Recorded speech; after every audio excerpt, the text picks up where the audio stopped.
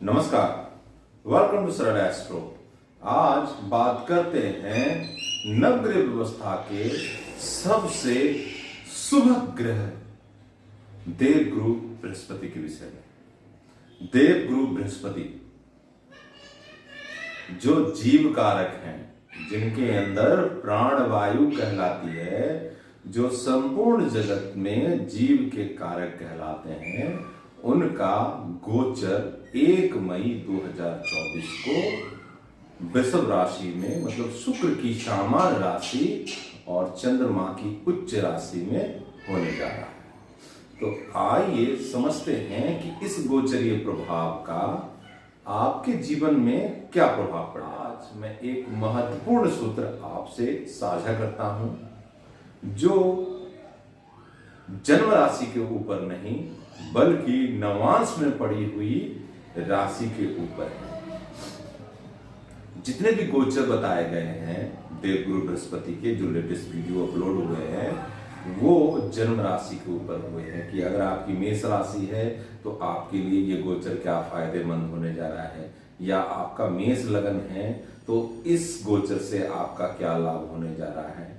मैं आज आपको बताने जा रहा हूं कि D9 कुंडली में, मतलब नवांश कुंडली में, इस गुरु के गोचर से आपको क्या फायदा होने जा रहा है। ठीक है, तो वीडियो के अंत तक बने रहें और पूरे ध्यान पूर्वक इस वीडियो को देखें कि मैं क्या आपको मेथड बताने जा रहा हूं गुरु के गोचर के ऊपर D9। आइए इस महत्वपूर्ण गोचर के विषय में कुछ बातें कर लेते हैं। देखिए, देवगुरु बृहस्पति मेष राशि में चल रहे थे।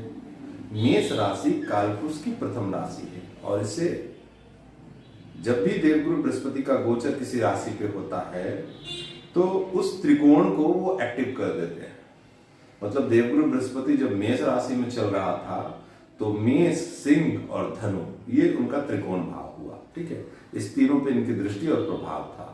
हालांकि ये तुला को भी देख रहे थे, पर इस ट्राइन को जरूर लेना चाहिए। ठीक है ना, त्रिकोण को, धर्म त्रिकोण को एक्टिव किए हुए थे। ठीक है, देवगुरु बृहस्पति अभी भी वर्तमान समय में मेष राशि में ही चल रहे हैं, सूर्य के साथ चल रहे हैं। ठीक है, और अस्तगत अवस्था में नहीं है।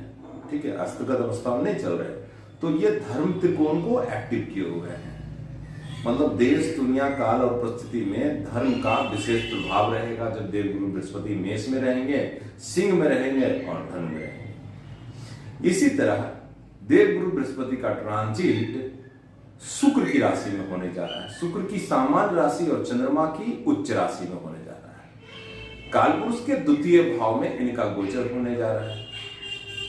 शुक्र की राशि जो वृषभ राशि है वो मेटरलिस्टिक राशि कही गई है। इस राशि को अर्थ त्रिकोण की राशि या अर्थ राशि कही गई है। शुक्र की सामान्य राशि 2, 6, 10। शुक्र जो वृषभ राशि के स्वामी हैं, और छठे नंबर जो कन्या राशि है, त्रिकोण में ले रहा हूं आपको, मैं बताना चाह रहा हूं 2, 6, 10 भाव अभी जो है वो एक्टिव रहेंगे। मतलब अर्थ त्रिकोण एक्टिव रहेगा। अर्थ त्रिकोण पर देवगुरु बृहस्पति का संपूर्ण प्रभाव अभी 1 साल रहने जा रहा है। यानी आर्थिक दृष्टिकोण से ये साल देश, दुनिया, काल, पात्र के लिए बहुत ही अच्छा होने जा रहा है। आर्थिक दृष्टिकोण से ये साल फाइनेंस के लिए बहुत ही अच्छा होने जा रहा है। और जिन जातक की कुंडली में दूसरे भाव में शुक्र बैठे हैं या चंद्रमा बैठे हैं, उनके लिए तो ये साल बहुत ही अच्छा होने जा रहा है। साथ ही साथ जिस जातक के कुंडली में वृषभ राशि में नवम भाव के स्वामी, पंचम भाव के स्वामी और लाभ भाव के स्वामी में बैठे हैं, तो उस पे गुरु का गोचर ये बढ़िया होगा। ठीक है, कोई संतान के लिए सोच रहे थे तो देवगुरु बृहस्पति का ये गोचर संतानेश के ऊपर से हो रहा है, तो ये अच्छा हो सकता है। संतान के लिए कंसीविंग का ये समय हो सकता है। कोई फाइनेंस, लिक्विडिटी की समस्या से झेल रहे थे तो उनके लिए ये गोचर अच्छा हो सकता है, क्योंकि टॉरस पे इनका गोचर हो रहा है, तो 2, 6, 10 को ये प्रभाव डालेंगे। 2, 6, 10 जो है वो कर्मठता की भी राशि है, कर्म के लिए भी जानी जाती है राशि। ठीक है, अर्थ त्रिकोण का मतलब ही होता है कर्म। ठीक है, तो 2, 6, 10 पे जब इनका प्रभाव हो रहा है तो देश, दुनिया और काल परिस्थिति में इनका यही प्रभाव होगा। इससे पहले ट्रांजिट में देवगुरु बृहस्पति धर्म त्रिकोण में चल रहे थे, तो धर्म त्रिकोण का प्रभाव हुआ, भगवान राम का अनुष्ठान हुआ अयोध्या में, ठीक है, शिलान्यास हुआ, माफ कीजिएगा, ठीक है। अभी ये टॉरस में आएंगे तो फाइनेंस से जुड़ा हुआ कुछ विशेष कार्य देश में हो सकता है, ठीक है। इसी तरह मैं एक सूक्ष्म विषय पे आना चाहता हूं कि आपने बहुत सारा वीडियो देखा होगा कि मेष में का क्या होगा, वृषभ का क्या होगा, मिथुन का क्या होगा। मैं ये सब चीजों पे नहीं ले जाना चाह रहा हूँ आपको, मैं आपको सीधा ही सीधा बारीक अध्ययन में ले जाना चाह रहा हूँ, जहां पे D9 चार्ट से गोचर को कैसे अप्लाई करते हैं। मतलब आप अपनी जन्म पत्रिका को खोलिए, अगर आप ज्योतिष की थोड़ी बहुत भी समझ रखते हैं तो जन्म पत्रिका को खोलिए और देखिए कि आपके कुंडली में D1 चार्ट और D9 चार्ट, इस दोनों चार्ट को रखें सामने में, ठीक है। अब क्या करें कि देखें कि D9 चार्ट में कौन सी राशि का लग्न है।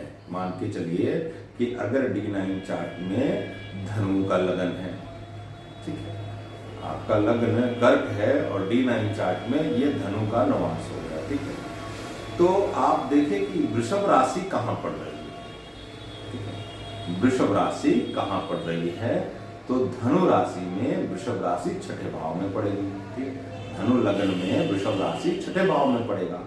तो नवांश कुंडली से गुरु का गोचर छठे भाव में हो रहा है। अब देखें कि उस वृषभ राशि में कोई प्लैनेट है कि नहीं है, कोई प्लैनेट है कि नहीं है। D9 चार्ट की मैं बात बोल रहा हूं, ठीक है। अगर उस वृषभ राशि में कोई प्लैनेट है तो उस प्लैनेट से जुड़ा हुआ कारकत्व इस 1 साल के लिए आपको प्रभाव देने वाला है। और मूल रूप से जब उस राशि के भोगांश में, मतलब उस D1 चार्ट के, जैसे चंद्रमा मान ली पड़ा हुआ है आपके D9 चार्ट में वृषभ राशि में, ठीक है, अब वहां पे गुरु का गोचर होगा तो चंद्रमा जितना अंश का D1 चार्ट में है उस अंश पे जब देवगुरु बृहस्पति आएंगे तो ये ज्यादा प्रभाव देंगे। अब देख लें कि चंद्रमा आपके कुंडली में किन किन भाव का स्वामी है। मान ली जाए चंद्रमा आपके नवम भाव का स्वामी है और D9 चार्ट में जाके छठे भाव में वृषभ राशि में बैठा है और उस पे से गुरु का गोचर होना है, गुरु गोचर कर रहे हैं, तो ये नवम भाव को प्रभाव देगा। मतलब नवम भाव जो भाग्य का है, नवम भाव जो पिता का है और नवम भाव जो धर्म का है, इससे जुड़ा हुआ कार्य करवा सकते हैं देवगुरु बृहस्पति। मान ली पिता से आपके मतभेद चलते आए हैं तो ये गुरु के गोचर में आपका लाभ हो जाएगा। भाग्य से जुड़ा हुआ अवरोध अगर आपके जीवन में चलता आ रहा है तो भाग्य का साथ मिल जाएगा। बहुत दिन से आप धार्मिक यात्राएं के लिए सोच रहे हैं और कहीं से नहीं हो पा रहा है धार्मिक यात्राएं, तो धार्मिक यात्रा की भी संभावनाएं बना देगा ये गुरु। इसी तरह आप कुंडली के प्रत्येक भाव के आप अवलोकन कर सकते हैं। मतलब इस गोचर का अप्लाई आपको D9 चार्ट में करना है कि D9 चार्ट में टॉरस राशि कहां पे पड़ रही है और देवगुरु बृहस्पति मेरे वहीं से गोचर कर रहे हैं। अगर टॉरस राशि में कोई प्लैनेट है तब तो वो बहुत बढ़िया उस प्लैनेट को एक्टिव कर देंगे। देवगुरु बृहस्पति का ट्रांजिट में काम क्या होता है, ये ग्रहों को प्राण दे देते हैं, जीवात्मा प्रदान कर देते हैं और ग्रह फंक्शन करने लगता है। अगर वो मेलेफिक प्लैनेट है और मेलेफिक भाव का स्वामी है तो बुरे प्रभाव देने चालू हो जाएंगे। पर अगर कहीं वो शुभ ग्रह है और शुभ प्लैनेट, शुभ भाव के स्वामी है, केंद्र और त्रिकोण का स्वामी है, तो आपको लाभ प्रदान कर देंगे। तो देवगुरु बृहस्पति का गोचर सिर्फ राशि से नहीं मिला है, ठीक है, चंद्रमा से देखना चाहिए गुरु का गोचर कहां हो रहा है, लग्न से देखना चाहिए गुरु का गोचर कहां हो रहा है, पर बारीक अध्ययन और सबसे सूक्ष्म फलादेश के लिए आपको D9 चार्ट से जाकर देखना चाहिए। इसका अगर आपको विस्तृत जानकारी चाहिए तो आप चंद्रकला नाड़ी में इसका रेफरेंस ले सकते हैं और C.S. पटेल साहब ने इसके बारे में बहुत अच्छा लिखा है कि गुरु जिस भाव से ट्रांजिट करेगा D9 का वो एक्टिव कर देगा, ठीक है, तो उस भाव को वो एक्टिव कर देगा। गुरु का काम है कि उसमें प्राणवायु डाल देना। मान लीजिए विवाह के बारे में अगर कोई जातक सोच रहे हैं तो विवाह कराना देवगुरु बृहस्पति का काम है, विवाह को संभालना शुक्र का काम है। देवगुरु बृहस्पति विवाह करा के जाते हैं और शुक्र विवाह को संभाल के रखते हैं, क्योंकि शुक्र बैलेंस का कारक है। शुक्र में बैलेंस है। तुला राशि है ना उनकी मूल त्रिकोण राशि। तुला राशि क्या है, वो जस्टिस को डिपेंड करती है और बैलेंस को सिग्निफाई करती है। तो वहां पे वो बैलेंस करते हैं और वैवाहिक जीवन में बैलेंस की ही तो जरूरत पड़ती है। अगर किसी का दाम्पत्य प्रॉब्लम में है तो वहां पे बैलेंस की प्रॉब्लम है।